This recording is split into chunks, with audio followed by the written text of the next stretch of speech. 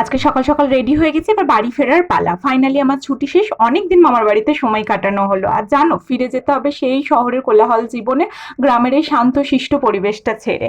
আর এত গরমেও যেহেতু আমার মামার বাড়িটা না মাটির দোতলা বাড়ি, এতটাই ঠান্ডা ছিল যে ভোরবেলাতেও ঢাকা ইউজ করতে হতো। দেখেছো তো কি সুন্দর রুমগুলো, কিন্তু পুরোটাই মাটির। আমার তো মাটির বাড়ি ভীষণ পছন্দের, আর এই গরমে না ভীষণ ঠান্ডাও ছিল। দেন খাবার খেয়ে পুকুর পাড়টাকে, মানে আমার প্রিয় জায়গাটাকে একটু টাটা বাই বাই করে চলে গেলাম স্টেশনের দিকে। আর ভাই আমাকে ছাড়তে গেছিল। আর এই যে আমার শান্তিনিকেতন এক্সপ্রেস চলে এসেছে, আর পুরো ট্রেন ফাঁকা থাকাতে আমি তো অবশ্যই কনফিউজড কোথায় বসবো। আর জানো, এবারে ট্রেন জার্নিটা এতটা বোর কেটেছে, আসার সময়তেও তো বোরিং ভাবে এসেছি, না ছিল বাউল না ঝালমুড়ি, যাওয়ার সময়তেও তাই। জানো, কোথাও একটু ট্রেনে ঝালমুড়ি পাইনি, আর বাউল গান তো ছিলই না। আর বোলপুর মানেই যেন ট্রেনে আমার কাছে বাউল গান। তাই বাইরের প্রকৃতি দেখতে দেখতে প্রথমেই একটা বাজে ছোলা মাখা খেয়ে দেন আবার একটা সুন্দর ছোলা মাখা নিয়ে নিয়েছিলাম। মানে আমার নামার কথা ছিল হাওড়াতে, কিন্তু আমি ডানকুনিতে নেমে লোকাল ধরে চলে এলাম বাড়ি। চলো আজকে মিনি ব্লগটা এটুকু, ভালো লাগলে লাইক আর